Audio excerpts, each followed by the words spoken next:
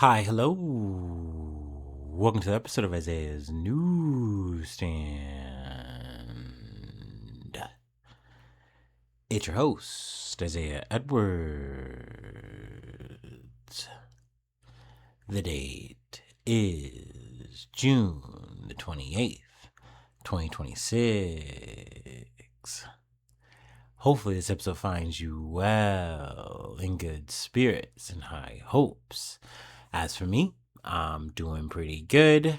Happy Sunday, happy fun day to ya. Hopefully, it's been a good day for you. As for me, as for mine, it's been a good day. Not just a good day, but a good weekend. Bit of turbulence here and there, but overall, great weekend. I'll say it. But we can go ahead and start from the top. Let's start from Friday, but I will actually add in, I guess I can say a little bit of a medical update because I guess this is what you're doing now at 35 or whatever. I don't know.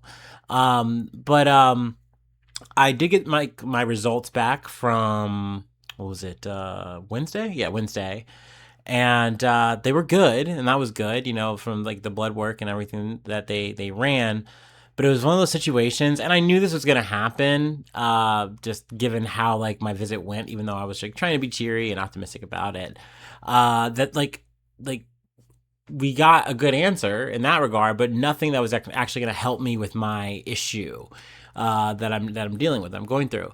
And so I kind of hesitated because then it also like felt like new symptoms were kind of cropping up. So I was like, okay, this is like perfect, terrible timing at the same time, I guess you could say, because it's right after the visit, but at least doing it the way I've done it now, I actually have a line of communication with a professional doctor, and I can ask a question or two here and there. And so I did a follow up, and at least in terms of like a message follow up, and they said, okay, well we'll send you to a specialist, refer you to a specialist doctor. So I was like, okay, and I hesitated on asking because I was just kind of in my head about it, but I am glad that I eventually did, and then so hopefully I'm going to be getting into another appointment in the near future, and maybe I can get some answers, or at least get on the road to getting some answers. And I know how this goes. I haven't had a medical situation since I was like maybe like 28 or so it's been a while. I've had a good run, knock on the wood. But yeah, this week into this weekend, it's definitely been a bit of a mental drain for me in that regard. I'll say that's like part of the bad part of the weekend, I should say, too. Just because you have a bit of the fear if you're me.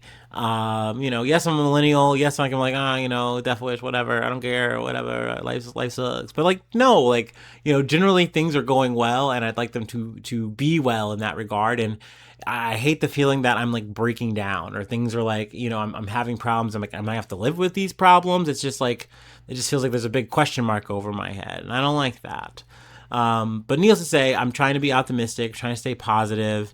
I'm glad that, I have people in my life that, obviously make life and my days and things like that better and worth living, but also like really encourage me when I bring these things up. So I'm very thankful for that. But needless to say, getting into the weekend, or at least starting with our work day part of that, Friday, work was pretty much the same as Thursday. Really wasn't that busy. I will say though, since I didn't have my counterpart, they were out. I was able to stretch the work right until the end of the day, so I got to be the crusher the whole day. It was nice. It was like a classic day. We love it. Um, Post work, we went to the gym, and then that was pretty in and out. Very once again textbook. I get home. I get myself together and I head out to my baby.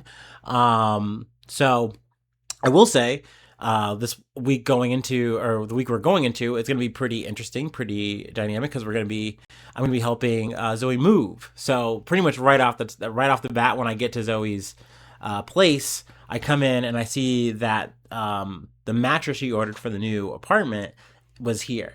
So we did a little bit of a relationship building, like right at the top of Friday, and like we did a team lift. We got it in there. We got it, into, where she's at right now. So we're, everything's kind of boxed up, or soon to be boxed up, packed up. But overall, we had just, a chill weekend. We watched some Drag Race. We watched some Survivor. Really get into the thick of it. We're getting into, since now that we're kind of doing a sequential order from the beginning, I can't remember exactly what season we're on. I think we're on 4 or 5. But yeah, that's been dope to kind of do the watch through. And I'm trying to think, what did we eat? I finally got to cross a restaurant off my list, and I know when I say this, people are gonna be like, "Really? You haven't had this?" Huh? But actually, we went to Wingstop, and I will say a little bit of an asterisk. I've had Wingstop per se, like I've sampled like a friend or someone's wing or two, whatever. But not really like having a whole order, whole meal to myself. Obviously, I've heard really great things about the ranch, the lemon pepper, all of that. So I was like, I've always been like a BW3's guy, at least until I didn't want to eat that shit anymore, really. So I just really didn't bother. I was like, it's chicken anyway. Who cares? As long as it's hot, spicy, it's yummy, whatever. Good. I believe it. But finally, got around to ordering that, and it was good. Let's see. Let's do a breakdown of what the order was. For me, I got mango habanero wings, and then I got, I'm trying to think, seasoned fries. Just I don't know. I think they had some lemon pepper or whatever on them. Then Zoe got some mango, or not. She didn't get mango habanero. She got I can't remember all of them. I think she got a lemon pepper one. She got a Korean spicy one, and then I think there was a third flavor that I'm not remembering, but they were all pretty good. The Korean one I think was my favorite. That was the most like memorable standout. She got some voodoo fries, which like essentially like covered in a bunch of cheese and stuff. I will say the fries stood up. They were solid. They were yummy fries, but I'm trying to think what I didn't like. I don't like a soggy fry. I don't like, even if a fry is like no, whatever the type is. Like once you've hit a saturation point for the sauce or the condiments you're putting on, it's like, okay, this is kind of compromised, but it's still yummy. Especially if you get a fork in there or whatever. Yada yada yada. But overall, I really did enjoy the order as a whole. It was good. I would definitely eat Wingstop again, but is it something I'm going to go out of my way for? Probably not. Oh, I will add too, I got bone-in mango habanero wings, and then she got the chicken tenders, so we got to, at least a little sample, a little bit of everything there. Get the different types of chicken, if you will. But yeah, so that was nice to cross that off my list. We also had some chocolate chip cookies, which we kind of had, I think, at a couple. Yeah, we definitely had a couple of intervals throughout this weekend, which was nice and cute, little yummy little snack. Into Saturday, was pretty much another chill day. We just be more or less hung out, but we had a nice little lunch where we went out, and I wish I could remember the name of this area, but it was essentially like a food hall situation, in like Anderson area. And so you go in, and essentially it was like walking into one big food court, and they had some like outdoor stuff, and I think there was another area where you could do like some pickleball. Like, so there's a lot of stuff going on here, and in a way, it had its own kind of like, it's a certain kind of overstimulating. But if you've been in a mall, you've been at a place like this. But we went to this place called, I believe it was, I'm sure I'm butchering the pronunciation as I always do on this podcast, but Fat Banh Mi. Maybe not, maybe it was Fat Banh Mi, whatever. But anyway, because Zoe had never had a banh mi before, and I really wanted to take her out to get one. So we went out to Fat Banh Mi, and we got 2 banh mi's. I got what was it, 5-spice pork banh mi, and then she got a flank steak banh mi, and we each added like a chicken pate to it. Then we split like this 2-piece of shrimp egg rolls. I liked it. I enjoyed it. Was it my favorite banh mi place? Is my first time going there? No, but it was definitely like a very like flavorful meat on each of them because we tried each other's. But overall, she said she liked it. She said that she wishes that there was more meat on it, and I was like, okay, I feel it. I feel like we had a little bit of a agree to disagree, but overall, I saw where she was coming from because I've definitely had situations where, like, oh, this isn't enough meat, let me add an extra thing of it. You know what I mean? Whatever the meat is. But yeah, I love a banh mi. They're very yummy, very flavorful. And it's one of those things too where like, I can kind of come close to making it, but by the time I would get all of the ingredients I would need to make a good banh mi, like make it spot on, make it right, I just would sooner, I just rather go to a banh mi place. But yeah, definitely, I mean, definitely good. Then let's see here. I'm kind of trailing off on what else we ate throughout the weekend. Moves us into Sunday, and I guess this a little bit of we're veering off the food corner. We gotta get back to the turbulence aspect of the weekend. So we're cozy, we're chilling. We wake up early and there was like a noise, and I was like, "What? Whatever." And I wasn't sure what it was, but Zoe kind of knew what it was, and essentially, it was Sesame. Our little cat child. Um, he was gnawing on my Croc, which was like, what? Like, because essentially I'd had it on a shoe rack or whatever. I thought I had it high enough, but not for old Sesame. He was feeling adventurous, and he got himself his little treat, his little chew Croc, and he was getting to work. And I just remember seeing it, and I was like actually like upset. And I'm like, I know I can't be upset. It's not her fault. It's not even Sesame's fault. He's just a little cat. He's just a little precious little cat. But like, I was actually like, oh my gosh, this is the last thing I need. And which is like always this kind of shit you say when something annoying or annoying to you happens or whatever. And I'm just like, oh, this sucks. Da, da, da. So I'm like steaming, but then I'm like, okay, I know that if I just go and fix this, like, I mean, I think I do have the means in terms of just getting another pair or whatever. I'm just gonna go do that, and then I'll be good, whatever. And then I was like, well, I don't even need to do that because I don't want to be running around. Like, it's Sunday, I want to be chilling with my girlfriend. I don't want to be doing all that. But I couldn't find the black pair. I guess it's a basic black pair of Crocs on Amazon, and I didn't want to have to like go at another site to get them or whatever. So I was like, you know what? Fine. Like, let me go to a Dick's Sporting Goods where I usually get Crocs, and I was like, I'll just do that. So I wind up just taking a quick little trip to the old Dick's Sporting Goods, and they did have a pair of Crocs. And I'm like, while I was there, I was like, I'm just gonna go ahead and get another pair of Hoochie Daddy running shorts, and that. So we did that, and then I was kind of just like feeling like I kind of want to like not necessarily maybe blow off steam or whatever, but I just wanted to walk a little bit, and I could see across the way from the Dick's that there was a fresh market. And I had never been in a fresh market before in my life. I've been in a Whole Foods before, still have Trader Joe's on my list, but I've never been to a fresh market. I had an idea of what I was gonna see in there. That's why I'd never been in there before. But I was like, you know what, whatever. I want to take a walk. Also, part of like a bit of the medical stuff is like sometimes I'm just like, ugh, I don't feel good, and I think the only thing I can kind of do is just like distract myself with like a walk or something like that. It's kind of nice. Physical activity, if I can, afford it. Like if I feel like I can, good, let's just do that. So that's what I did. I walked across the parking lot to the fresh market and just literally window shopped food that was too expensive. they had like crazy ass trail mixes that I'm like, what is this cashew almond butter ass cube thing? I mean, cool, neat, but I'm not paying, I don't know, it's like damn near $8-10 for like a pound of this shit.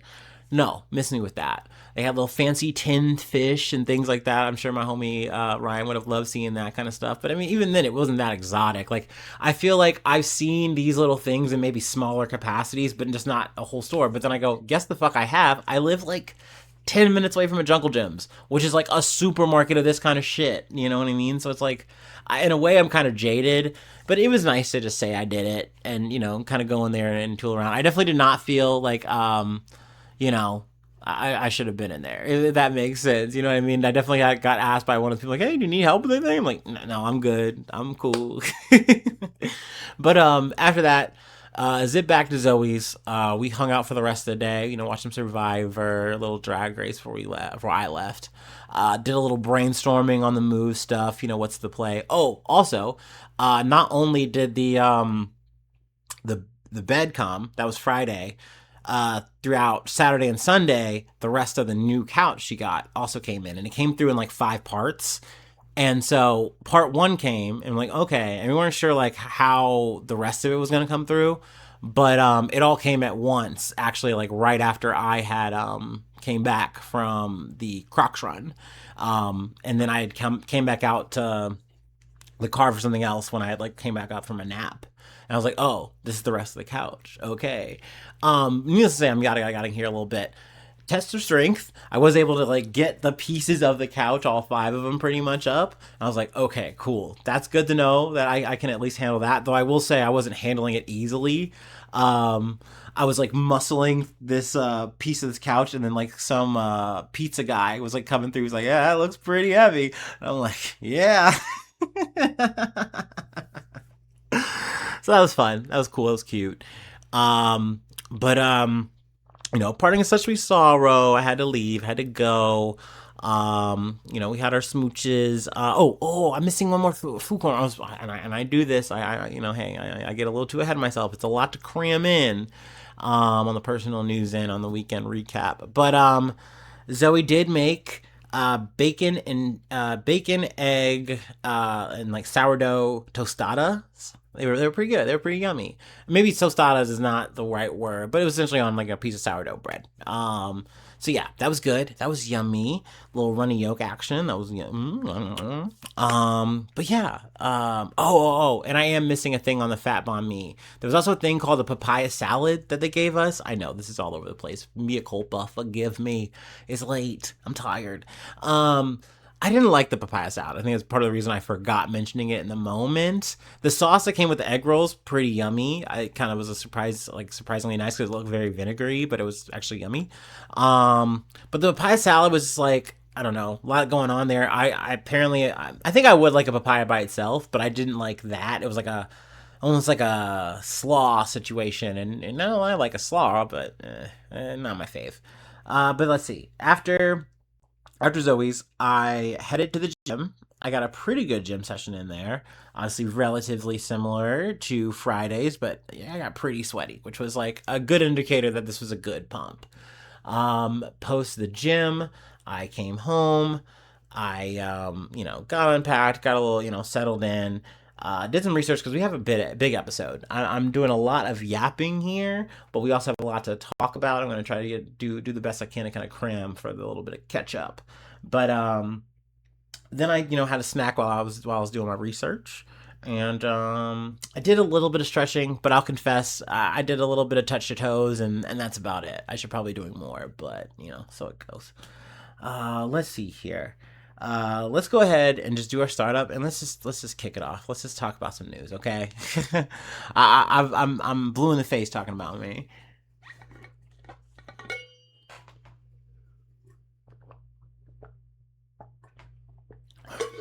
Also, sorry for being a bit vague on the medical stuff. I do try my best for the podcast, for the sake of the podcast, to be like pretty open about what's going on. But sometimes, I just don't want to talk about it. I don't want to get into the gory details. But obviously, homies, you can always come through and ask, and I'll be candid. But, here's hoping I'm not dying or anything like that.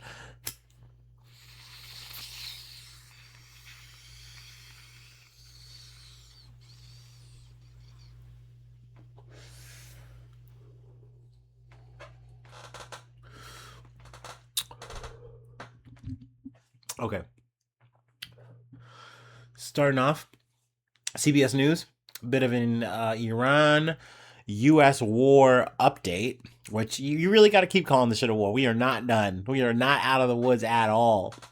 Um, Iran threatens complete halt to talks after trading strikes with U.S. Washington officials say talks to continue. So this is a long, bulleted thing. I kind of just want to just kind of touch the cream here and then do a little bit of a like, how did we get here from last time we kind of talked about the shit or whatever. And then we'll move on. What to know about the Iran war today? Iran on Sunday launched drone and missile attacks targeting Bahrain, I don't know why I said it funny, and Kuwait in response to U.S. airstrikes that hit the Islamic Republic and threatened to a complete halt could come to negotiations to end the war if Washington continues its attacks. U.S. forces struck Iranian targets again on Sunday local time, U.S. Central Command said. The new strikes follow Bahrain's claim that Iranian drones struck the Gulf state Saturday after U.S. retaliatory strikes on Iran and an earlier attack on a cargo vessel in the Strait of Hormuz. So I believe the cargo vessel thing was like the big deal. Essentially, there are some vessels that are saying, hey, well, Iran is very emphatic. You have to take the Iran route out. You have to take the Strait of Hormuz out the way we are telling you. If you don't take that route, you're taking an unauthorized route and we don't like it. Insert the reasons here, whatever. But like at the end of the day, you have to comply with that or we aren't happy. You aren't agreeing. You're not being compliant with the ceasefire according to us. People are, vessels are ignoring that and essentially going out, I think, the Oman way. And essentially, Iran has responded at some point by sending in a drone. And then that kind of set off this chain of events of saying, hey, well, we're going to hit you, and then you're going to hit us back. And that's how we've gotten here.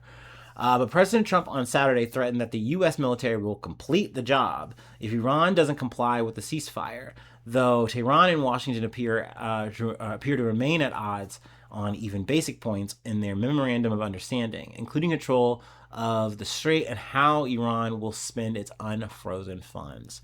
So there's a ton of details here that are in this ticker alone. I just wanted to at least touch on that and say, hey, obviously things are not cool. Things are not moving along swimmingly in this deal. But that being said, the Strait is still open. And I think that the market is willing to really let that do the talking here and maybe a little bit of whatever the fuck Trump is saying when he's like, the deal's still on. And as long as that's the case, then I think prices are going to still stay on the lower end in terms of how much oil is going to be. Obviously, don't fucking quote me on that. I'm not an economist, whatever. But and maybe that's just fucking wishful thinking, like on all of our parts in this situation, and we're just hoping that we don't actually look and say, oh no, this is bad. Like we're not actually getting out of this. It's just getting worse and worse and worse again. We're just still at war. Oh no. But yeah, well, we will see. Anyway. Let's move on. Speaking of updates, from the Associated Press, I'm not excited. I'm excited in a way because it's good. This motherfucker's still locked up, but I hate having to talk about Harvey Weinstein. Harvey Weinstein's California rape conviction upheld, but court says he must be resentenced. This is from the Associated Press. An appeals court on Friday upheld Harvey Weinstein's 2022 rape and sexual assault conviction in California, but ordered the trial judge who gave him 16 years in prison to resentence him. A 3-judge panel from California's 2nd District Court of Appeal unanimously issued a decision saying his trial judge did not violate the former movie magnate's constitutional rights.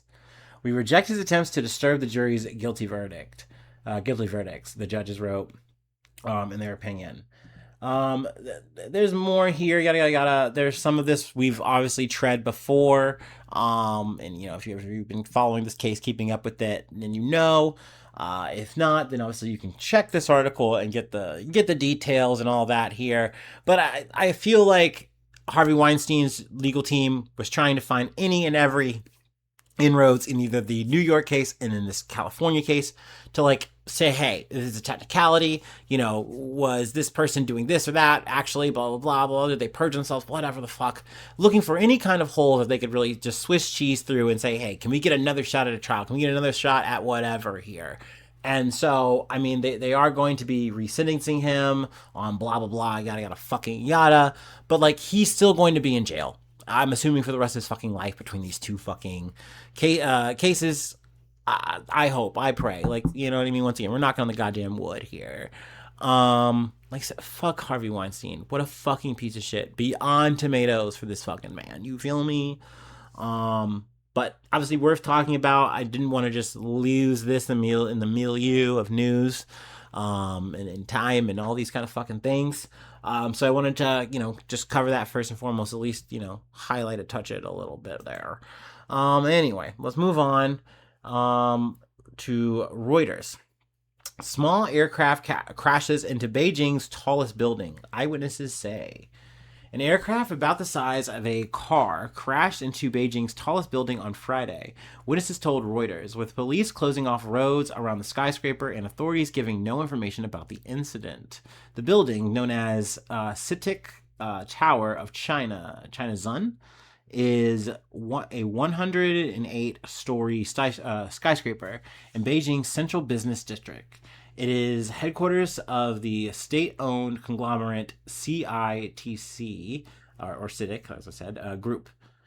There was heavy police presence at the site with some approach roads closed to cars. Two glass panels on a high floor were damaged. There was no immediate official comment or response to a request for information sent to the city government outside business hours. A courier standing among people who had gathered near the building said he had rushed over to the CITIC Tower around 6 p.m. local time from a nearby location after hearing a loud crash as an aircraft about the size of a car hit it. It was so loud, louder than fireworks.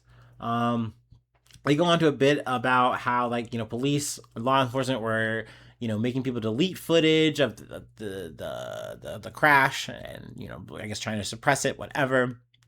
I don't want to say that's fucking spin. If that's what's fucking happening, that's fucking happening. It's not.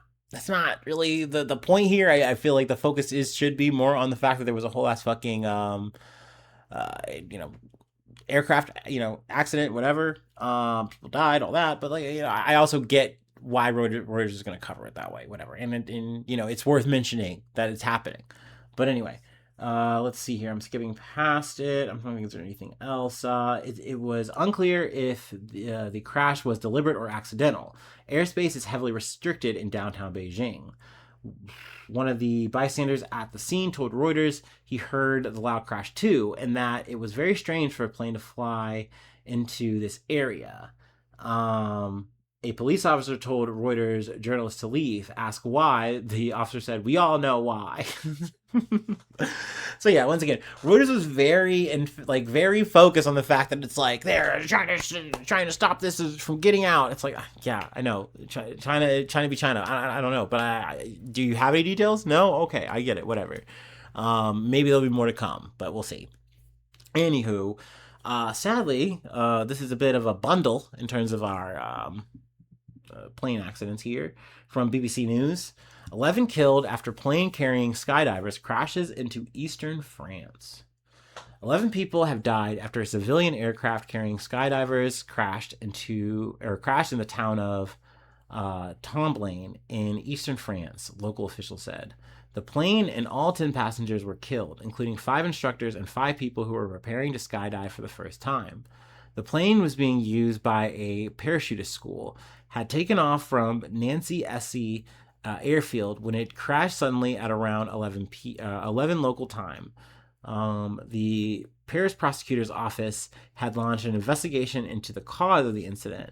French Interior Minister Laurent Nunez said some of the victims' relatives saw the crash take place as they had gathered at the airfield to watch the first-time tandem jumps, Nunez added. The mayor of the nearby city of Nancy, Matthew Klein, said some of the victims had died in full view of their loved ones. So that's very sad. That's very fucking unfortunate. Just kind of getting into what potentially caused it. We do not know as of yet. It is potentially weather related, but I don't think that they're saying that definitively. Also, it's worth noting that there is a big heat wave in Europe. I believe we covered that earlier, previous week, whatever. And that's still going to be a thing, as we, creep through this summer, sweating all through the bitch. But, and then let's let this be at least an advisory in a weird way in terms of just the heat stuff. Stay hydrated. Keep drinking that water. We're definitely going to need it if you're, in Ohio. I believe that it's going to be pretty hot this week. We're going to be pushing in that heat, that summer heat, that heat wave. The climate is changing, you feel me, and not for the better. But needless to say, back to the plane incident in France.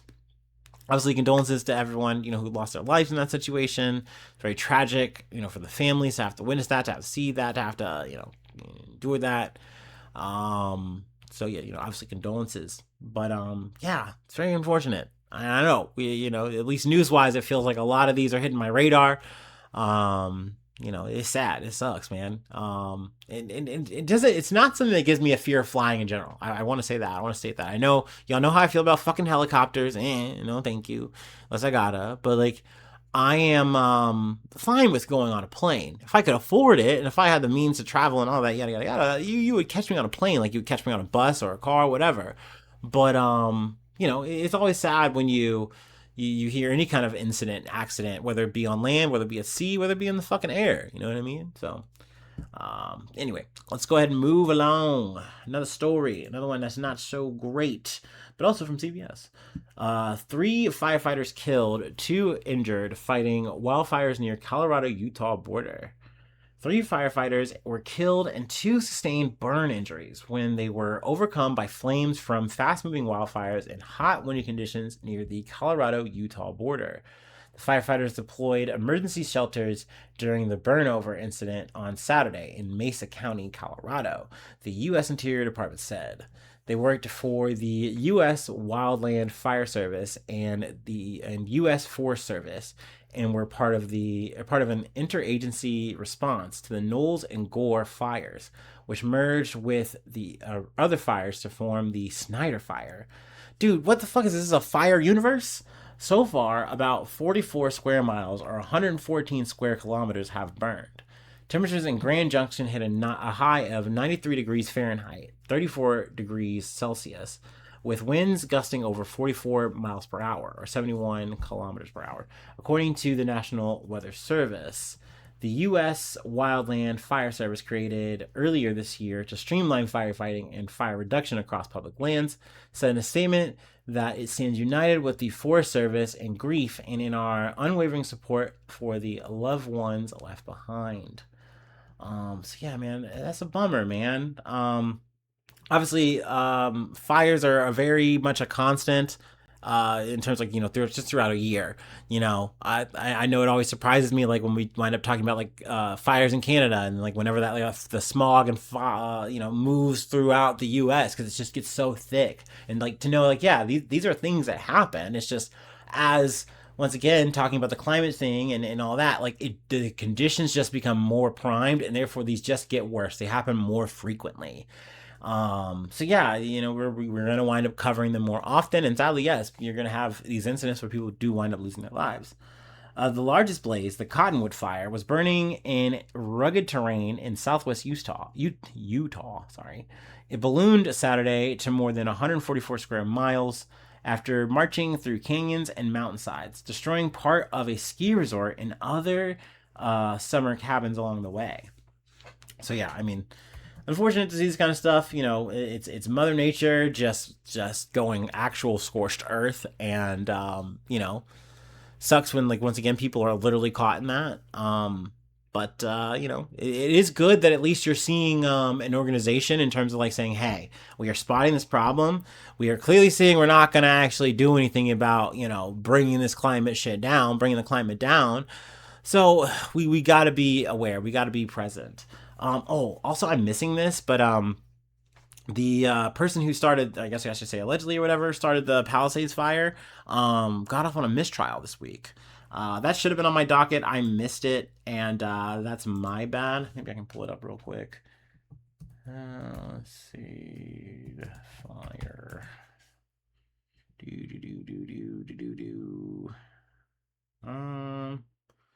Yeah, here we go. We'll just read this real quick. Is this even the right one? Sorry, I'm swinging from the hip here. Okay. A federal judge, this is from NBC News. A federal judge declared a mistrial after jurors deadlocked in the case against Jonathan Rinderknecht, who is accused of starting the devastating Palisades fire in January 2025. So yeah, that was surprising to me. I kind of thought that was going to be like, slam dunk. This guy did it, boom, boom. But didn't really get into the details there. Obviously, I'm just kind of pulling that out of my booty. But worth, once again, he's got to kick that shit up. So you know. I'm doing the best I can, calling it due diligence. But I know this is actually an important thing, but on the docket that I had was like, goddamn, another fucking update about the goddamn Reckless Ben versus Bricks and Minifigs. So that is what we're closing out with, and now I feel like a fucking right jackass because, technically the Palisade Fire thing is more important. But let's just call it covered. Obviously, if you want the details there, you can look it up. You're an adult. You literally should not be a child listening to this. And if you know, hey, you're a parent and you got your kid listening to that, that's okay. Whatever, that's cool. Whatever. But like, I'm not the parent. It's not my problem. I did the right thing. You shouldn't be listening to this with your kid. Okay, I hit the button.